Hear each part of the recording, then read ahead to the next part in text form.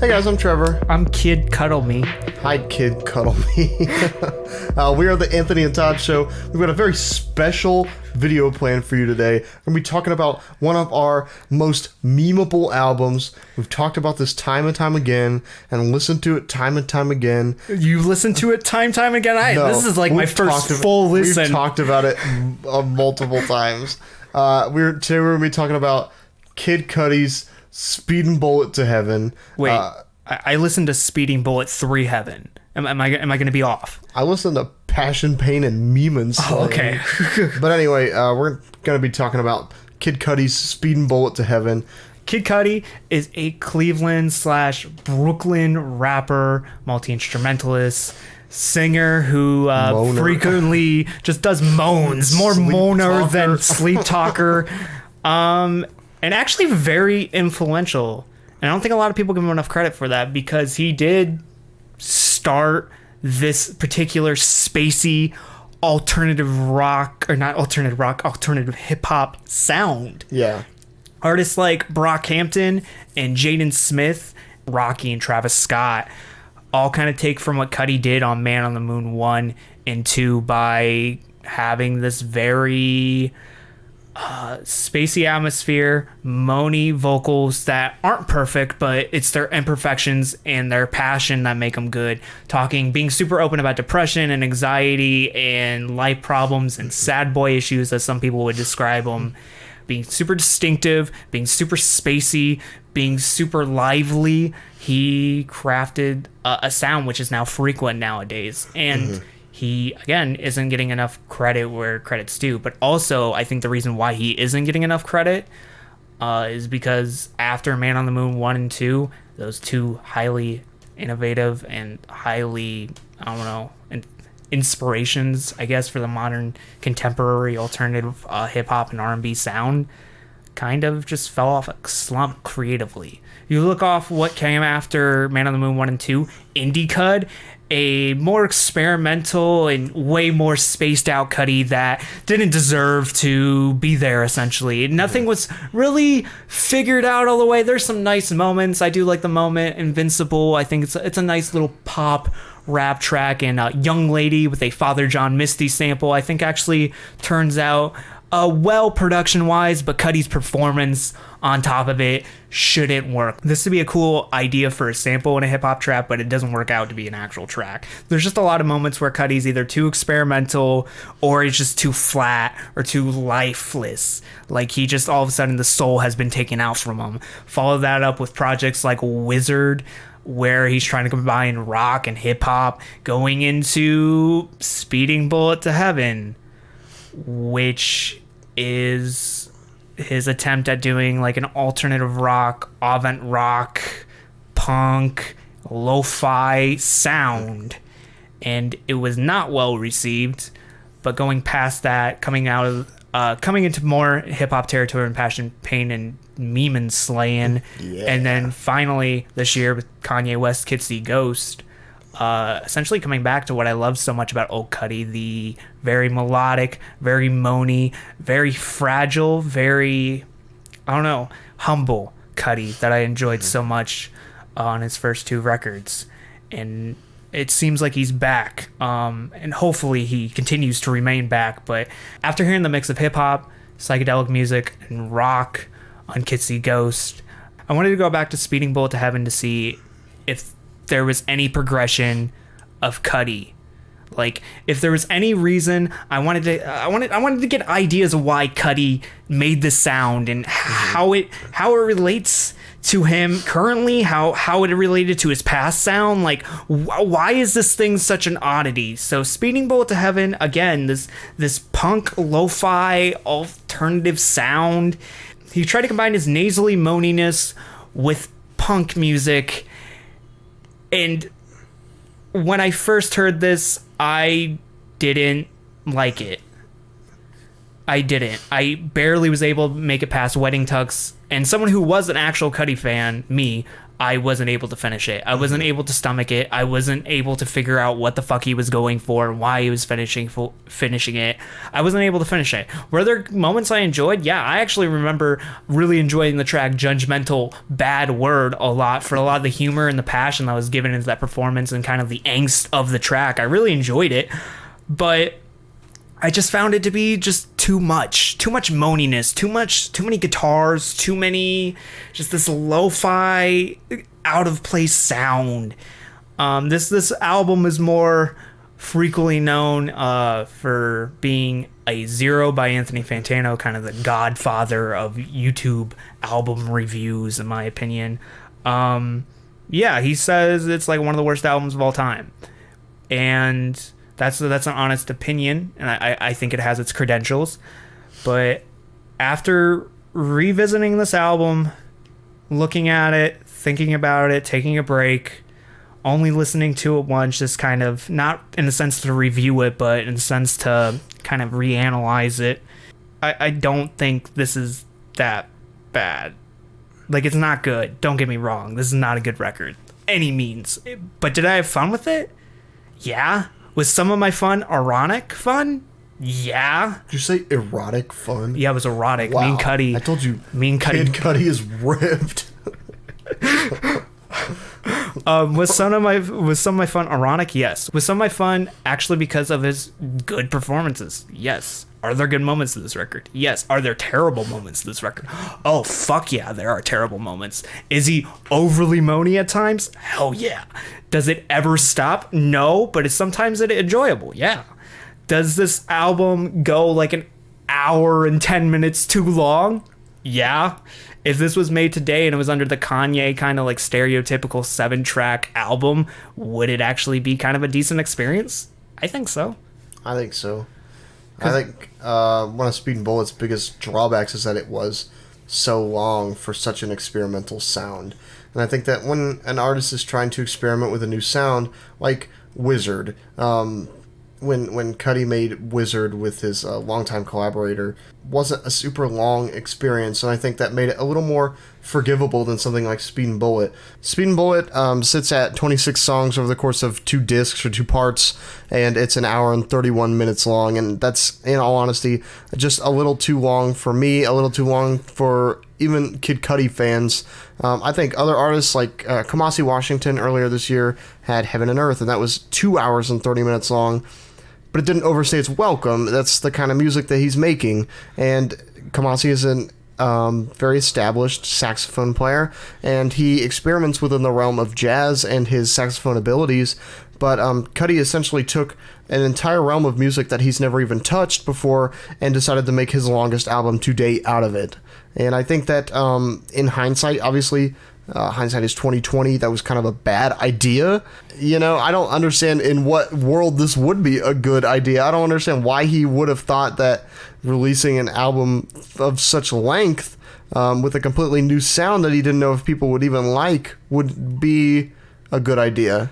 Well, that's more like a broad topic, I guess. Why is any album supposed to be a certain length? And that's a topic I would love to talk about a different day. But just looking at the length alone, I think is an injustice, because the length is a problem. It is one of the bigger problems, and it's completely justified if you hate this album for its length.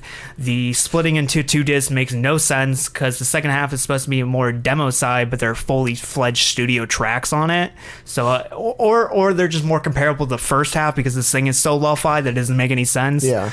And plus the second half isn't even split. There, like, the first half is like 18 tracks, the second half's 8 tracks. So like I don't understand how that's like equally spaced out. So like I don't get the layout, the spacing, or anything about this record. But going into kind of experimenting with sound, it is well established that Cudi is a huge fan of Nirvana, huge fan of Kurt Cobain. Even recently with Kurt Cobain's with the Cudi montage, yeah, featuring a demo from one of Kurt Cobain's like demo CDs. So you can already tell that Cudi is heavily inspired by Kurt Cobain and kind of the 90s grunge scene. That's why these Beavis and Butthead skits are here. Are the Beavis and Butthead skits overly fucking long and irritable? Oh, hell yeah. Is Beavis and Butthead even really a funny show? No. I haven't really seen it. It really, it's like, it's basically built off of kind of like the shock humor, I guess, or just like random humor. And that's like good in like skits and not like long binges. That's again, different subject for a different day. Doesn't really have anything to do with this, but I think when you look at the Beavis and Butthead sketches, you get the 90s MTV vibe, and you reminded. And those were made originally for this album by the original voice actor. Like, he is obviously like super into this scene and trying to recreate this scene or recreate something that would have existed within this scene. And obviously, like, his passion bleeds through on this. Yeah, it's like Cudi really wanted to be a part of that like 90s grunge scene. That's why I wore my flannel today. Because I wanted to be full grunge, you know. I wanted to live in Seattle, smoke cigarettes, and then OD on heroin. Wow, what a life. Yeah. I think Cudi really wanted to be a part of the scene super bad, and he loves the scene, and it shows in this album. Is it good that he ripped this scene? Yes and no. I don't think it matters. It's not. That's not the biggest part. I think the Kurt Cobain worship on this album isn't the problem. The problem is because Kurt Cobain, he wasn't a super talented vocalist. It was all about emotion and lyrics. And Cudi is all about emotion and lyrics. But Kurt Cobain, while Trevor may not think he is a good vocalist, I don't think he's. It's more about passion than actual vocal performance. I can at least agree on that. Yeah. I don't like Nirvana. I don't like Kurt Cobain, but I can at least understand that whole band was built not off of actually good music playing. If they were, they wouldn't get anywhere. Yeah. But the passion that Kurt Cobain put behind his lyrics, and the energy, it was almost like a cry for help, and a lot of people I think latched onto that, and that's why they got so popular. Yeah, it's just that vibe, I guess, that kind of pre-emo vibe. Primo. Which is actually pretty funny because Cudi is actually one of the influences of emo rap. Him, Drake, and Kanye essentially kind of being kind of a little bit more moodier and more not introspective, but more flat in approach sometimes. A lot of them grew, like Drake and Kanye grew out of it. But, yeah. No, Drake still is in it, but he's just sad. He's not really emo. He doesn't carry on that sound. Well, more the ideas. That sadness kind of was so widespread that it kind of inspired. That's, again, we keep on going off these little tangents, but I think it's funny that there is parallels to the two on this. Yeah, and I think Cudi was obviously trying to make a very, I'm not going to say experimental, but there is experimental ideas being played. There is avant-garde moments, but he wanted to make this very epic ode to feeling. Not just feeling sad, not just being angry, but just everything. Just kind of like that energy of just angst into a record. And just providing it. He just wanted to have something to kind of go out and be nuts with, I guess. Listening to it in whole, I think it isn't the bottom of the barrel. It is not good. I had fun with it. I think I have a decently positive experience with it. Not with the record, but more kind of just my thoughts about the record and constantly being able to just kind of think of where Cudi was kind of going with this. Because there's ties to moments later on with Kid Cudi Ghost. Like I do get that energy of the very kind of moody, very kind of hard-hitting guitar playing that shows up on this. Yeah. It reminds me of moments on that. This kind of rock, hip-hop sound definitely shows up on here. Not frequently. It is more, again, it is a punk album. It is not a hip-hop album. Cudi doesn't get a chance to really rap on it, but more as the kind of sometimes production quirks of hip-hop do show up in this album. Yeah. Which anytime they do, they actually are relatively positive. I think if this album kind of took more place in hip hop, it would actually be pretty loved, I think. May not critically, but I think it could have kind of done XXXTentacion before him, I guess, or made that sound more mainstream before he was able to even come up. But I think this record is kind of underrated in that sense of kind of, I think people who like kind of emo rap would actually kind of really enjoy this. But is this record for Cudi fans? No. Is it for hip hop heads? No. Is it for the general audience?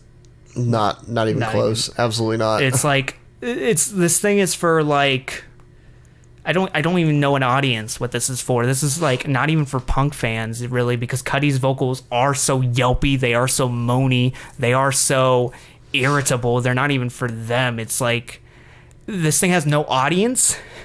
It can't find an audience, and I think like the best audience for it would kind of be like people who are really in love with the emo rap scene, and maybe with that it would kind of take a following. But like I don't see an audience with this. I think that's kind of a steep accusation for that. Actually, no, I'm gonna take that back. Because it's not. I'm right, am I? No, okay. There is somewhere I was going with this. Yeah. What are the two albums that we encounter the most that we don't like, but people seem to have a diehard love for? Yeezus, Speeding Bullet. Yeah. Every time, any place, we meet somebody, and if we mention Yeezus or Speeding Bullet, they'll either say, "Man, I hate those albums," or "I love those albums to death." Yeah, Key examples, people we talked to on the show. Alex Marco, Samuel Jesus. Putt, both Speeding Bullet and Yeezus, love them, and I never understood that. And going into this, like, I think that there's like a certain novelty to listening to this album because it is something 100% different from anything that like Cudi's done. Same with Yeezus with Kanye. We've talked about it before. It's just something different, and it came up with this really industrial sound that didn't particularly stick for us, but for some people it is the most loved album by him because they think that the industrial sound stuck for them. This punk rock, abrasive, emo, grungy sound that Cudi's going for here didn't stick with a lot of people the same way that Yeezus didn't, but some people really latch on to that sound and say, this is some of the most amazing music I have ever heard. And it ends up being like one of their favorites. It's always like these oddities or these like experimental things. Like when you experiment with something, the general audience could hate it. Death Grips, when they first released Ex-Military, everybody could have hated it. Mm-hmm. Same with The Money Store. Yeah. But it was the other way around. Everybody loved it except for like a couple of people. This is the flip side of that. This is the flip side of Experiment where more people hate it than love it. And it comes off as this like plague in Cudi's discography. Will this album be remembered for like the songs on it? Will this album be well loved and revered for the songs that are on that, like Confused, Man in the Night, Handle with Care? These songs that I liked off of the albums listened through, are these going to resonate with me years down the road? I really don't know. Yeah. And a lot of people I don't think it'll be remembered for the songs alone, but I think that what the album stood for will be remembered by fans and even like non-fans alike. There could be Fantano listeners 50 years down the line that are like, "Oh, I remember when old man Fantano gave this album a 0. What a legendary time." But then there are other people that are like, this was one of the most revolutionary albums, and I think that I will probably be more in that camp as I get older. This is Cudi experimenting with a sound that he's never touched before, and he just runs with it, whether people like it or not, and that's like who he is. Yeah. Let me ask you a question. Okay, so if let's say Death Grips, they had like 5 albums under their belt before Ex-Military. Okay. And before they were a group, MC Ride was like a MF Doom type. Let's just say that. Okay. And before they are just making very kind of just run-of-the-mill underground hip-hop. Then they make Ex-Military. Let's skip Ex-Military. Then they make The Money Store. Would that be Would that be hated on the musicality content by general audiences? Because I know the critical analysis of it would probably still be good because it is good, but I think the general audience would be different, like it is for this. Yeah, I don't think that the majority of people would like it because it's different. People don't like change, you know. But then also I think that there's something to be said for artists like Kanye who are consistently changing their sound and they're constantly making new things. Yeah. Yeezus still had a lot of fans, and actually like the critical acclaim for that wasn't horrible. Yeah, it really wasn't that bad. And then years later he released The Life of Pablo, like what, 2-3 years later. Yeah, had The Life of Pablo and completely different sound. And then we released Yay, and it's still like a little similar to The Life of Pablo, but completely different sound again. Yeah. Even Kid Cudi Ghost, I think, kind of falls into a little bit of a different camp than Ye did. Like, Kanye is consistently changing his style. It is a different camp. Like, as much as we love Ye and Kid Cudi Ghost, we think those albums are great. And there's a couple other people, like Fantano, love Kid Cudi Ghost, and he enjoyed Ye, and like... But the general consensus I see is that Ye and Kid Cudi Ghost aren't really that special. Like, in comparative to the rest of his career...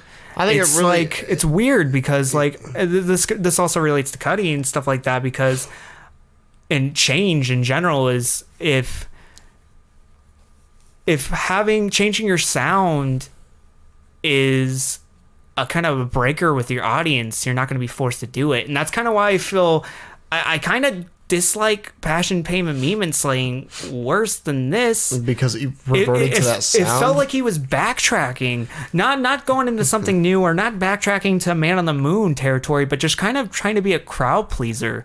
Okay, so like I would definitely agree with that, but I also think that audiences should be held accountable to change their listening. Yeah, and be more critical listeners. I went to school with people around the time that Man on the Moon and Man on the Moon 2 were released, whatever. People were listening to that like it was going out of style. They absolutely loved those two albums, loved Kid Cudi, talked about him all the time. Indie Cud came out, nothing.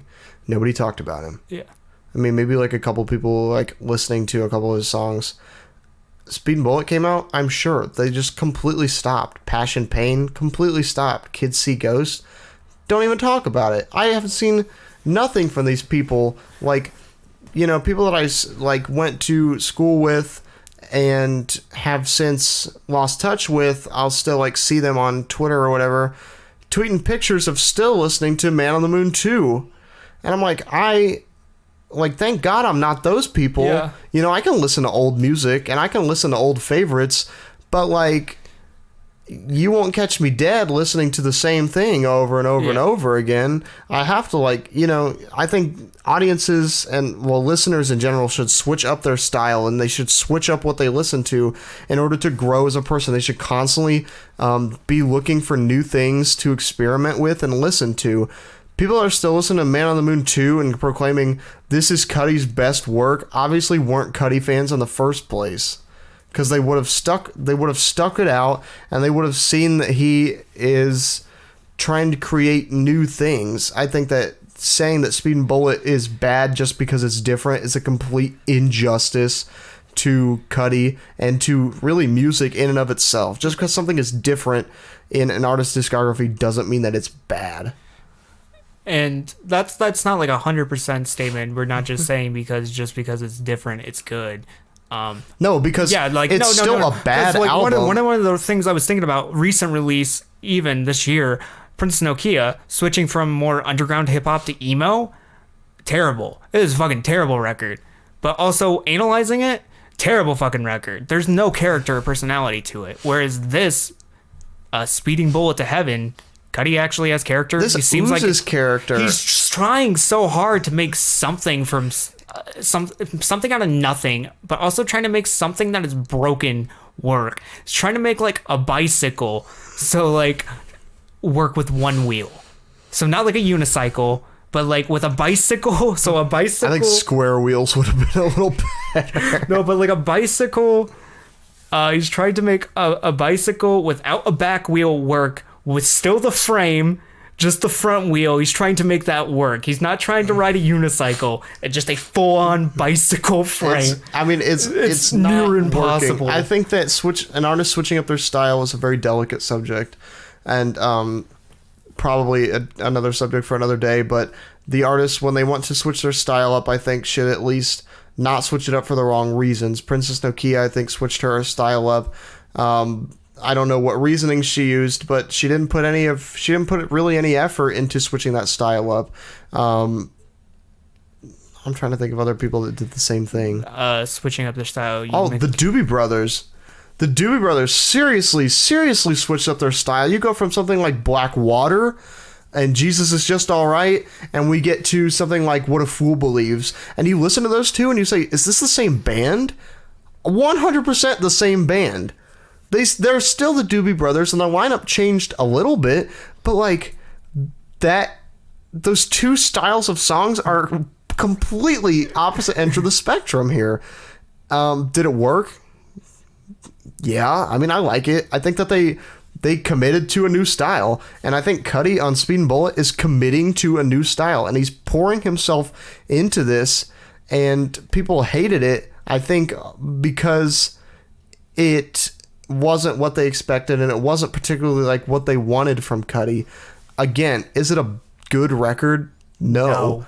I can't stress that enough. Speeding Bullet is not a good album, but I think that its artistic ambition will far outlive the music and stands for way more than the actual punk music that Cudi created. His guitar riffs will not stand up and will not be remembered. The songs that we listen to on Speeding Bullet will not be remembered.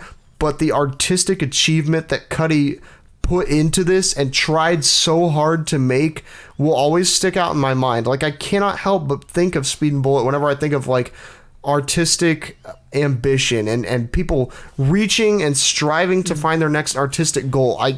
I don't think anybody works harder than Cudi does. Yeah, I really enjoy that statement. It also made me think of an argument one of your school buddies brought up a couple years ago when we had the radio show at Wright State, and he came by for a visit, and I gave him shit about liking this album, like playful shit, and I was like, oh, you like Man on the Moon, or not Man on the Moon, you like Speeding Bullet to Heaven, you nerd. And he was like, if Childish Gambino can make a funk album, Cudi can make a punk album. Now thinking about that statement's not true. Again, just because evidently he can't make a punk album. It's not good. like still, I just want to prove out that statement. Yes. Because switching back to styles, so you're not right, buddy. Gambino making the soul album with "Awaken My Love," that was good because it was very decisive. And again, Gambino didn't have these quirks that didn't prevent him from making a funk album like Cudi does, because Cudi is moany.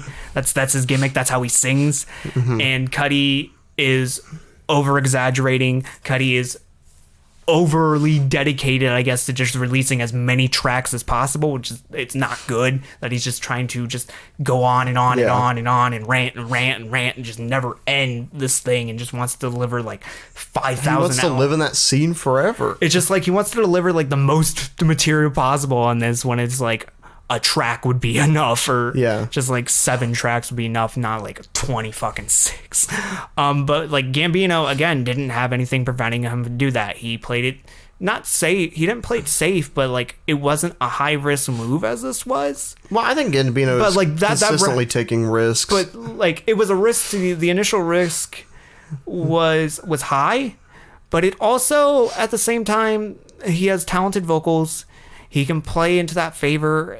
And once like he took that initial jump of like how people are going to react to it, it worked for him, because he had the talent to do that type of record. That's like an area he can excel in, whereas Cudi's trying to do something that he either hasn't figured out yet, or he should just not do. And again, if ever Cudi returned to the sound, I'd be interested in it. I'd be interested in it. After Kids See Ghost, after Cudi montage. I think if he went down, I think if it was a more hip hop friendly route, it would work. But like looking at this album, what are the problems? It's too long. Cudi on like never knows when to end these tracks or these skits or these segments. It's too moany. Cudi, when he's too present on a track, or when the mixing is just when he has like a grip on the presence of the track, when he's fully front and center, it doesn't work. If that makes sense. When he's more lo-fi, when his vocals are a little bit lower, or he's a little bit more a little bit more calmer. When he's a little bit more mellow out, it works more. It's more lower, more easy to digest. Or if he's more goofy or more fun, I find it to be enjoyable. Like moments like Judgmental, Bad Word. I think the thing that makes it so fun is he's trying his hardest to sing like out of pitch. I just spit everywhere. I'm so sorry. Oh my god. But like Cudi is trying his hardest to just like squeal like a pig and excrete as much of saliva as I just did in Trevor's face, but like like he's trying his hardest. He's trying his hardest to like have a voice that is impossible to have. He's trying his hardest to sound like he's sick. Yes. Like he's trying to show passion with it. But lyrically, this album has no purpose. It is overly edgy, like every other emo record currently in the scene, where lyricism is just pointless and it's more about the performance. After the first track, you don't pay any attention to the lyricism, and if you do, it's not like terrible. It's just nothing. Yeah. It's just there. It's just like, okay, you're edgy. We get it. You're sad. Like, just give us moans. But again, what does he excel in? Performance, trying, character, guitar skills. I think the guitar work on this is actually really good for a punk album. I enjoy it quite a bit. I think his actually, riffs are pretty. His riffs are pretty good. I think sometimes with the heavy kick on this, it's pretty good. Like I think his use of heavy kick drum on this is actually pretty fun. I think there's actually some really well-established lo-fi moments on here that I find actually really interesting. There's moments like Confused and Edge of Earth, Adventures, Wedding Tux, and Melting that I find are just fun, and they show progression into what Cudi was either doing on Wizard before or was trying to do later on the line with Kid Cudi Ghost. There feels like there's evolution to Cudi's character with this. I feel like Cudi tried his hardest with it. I think there's just too much. And Cudi never knows when to end the track, and I don't think I can say any more. I can go into specific details on stuff, but I don't think you're meant to. If you're a Cudi fan, should you listen to this? No. If you're a Cudi fan and you are intrigued by this and you want to check out moments, or if you're just intrigued in this in general and you want to check out moments, either skip through everything or check out Adventure, Confused. If you just want the essentials. Yeah, if you either want the essentials or if you want like the worst, go to Amen. Like just moments where Cudi is just out of sync with everything he's doing. Like there's moments out of this album where I find it laughably bad at what he's doing. Like I bet like what YG did on Stay Dangerous, like just playing completely out of a league he should not be in, and like having like almost like being just like lost in what he's doing, and you're poking fun at him and he has no idea. You think he's laughing with him because you think what he's doing is really good, but it's not. It's just like trash. Yeah. But other than that, this thing's not that bad. One thing before we end this is that I want to compare it to is if this record came out this year, let's just hypothetically, if it came out this year, where would it be? In my opinion, it wouldn't be on our year-end list. Like, it wouldn't be on our best-of list either, because it's not good. But it wouldn't be on our year-end list for worst, because I don't think it's that bad. Comparing it to Migos Culture 2, that's an oversaturation of one sound. And yes, Cudi is oversaturating one sound on this, but he's also showing character, which Migos only do 2 times on Culture 2. Drake just is an asshole. Nicki Minaj is just an asshole. Eminem with Revival last year, just an asshole. Cudi, he's moany, he's edgy, he's out of place, but he doesn't do anything mean on this. He seems like a nice guy still. He just seems overly angsty. I don't think Cudi's a bad person because of this, but No. I think the other albums highlight those people as just not overall good. Whereas this, Cudi, he didn't make a good record, but he made a good effort. He made a good effort. He tried. I sense skill in what he was trying to do here. But more importantly, I sense that what was being done here was trying to be larger than something than contemporary. No, like even the contemporary sound, I guess. It's not just doing trap. It's not just trying to sell units. Yes, it's overly long, and like that's something that's dumb today with like having 90 tracks on the album so you get more Spotify plays. But I think what Cudi was doing on here is just experimentally confused, experimentally with trying out sounds but not doing any fine tuning. And that's the worst it does. If I had to place this around a league of an album this year, I would place it, and people are going to fucking crucify for me for this, because this record is a hard point for some people. Jack White's Boarding House Reach is the same to me as this. I think Jack White's better, for sure, but I think Jack White, what he was doing on Boarding House Reach was very experimentally confused, no fine-tuning, just trying to mix his old sound with a more experimental sound, while Cudi is doing Kurt Cobain worship. Jack White's doing Trout Mask Replica worship. They both are taking from notable influences. Yeah. And Jack White was just very confused. Are there good moments on Jack White's Boarding House Reach? Yeah. I love These Are the Things You Will Always Know, or whatever. And also Over and Over, where Cudi has Adventure and Judgmental, bad word. And I think Cudi and Jack White are kind of in the same boat, and kind of just a lack of fine tuning. Could Cudi make the sound into something actually good? Yeah. Could Jack White take that Boarding House Reach sound and to turn it into something actually good? Yeah. Are they both like needing maturing on both of those levels and both of those sounds? Yeah. Yeah. But this album also reminds me of Cherry Bomb with Tyler. And that was a huge note for him to get to Flower Boy. It was just a very kind of unfine-tuned place where he was trying to work with more features, trying to work with different sounds, and tried to be less present, and kind of just all over the place. And he took out the edginess and made Flower Boy. And that's a fantastic record. Yeah. Near perfect record, in my opinion.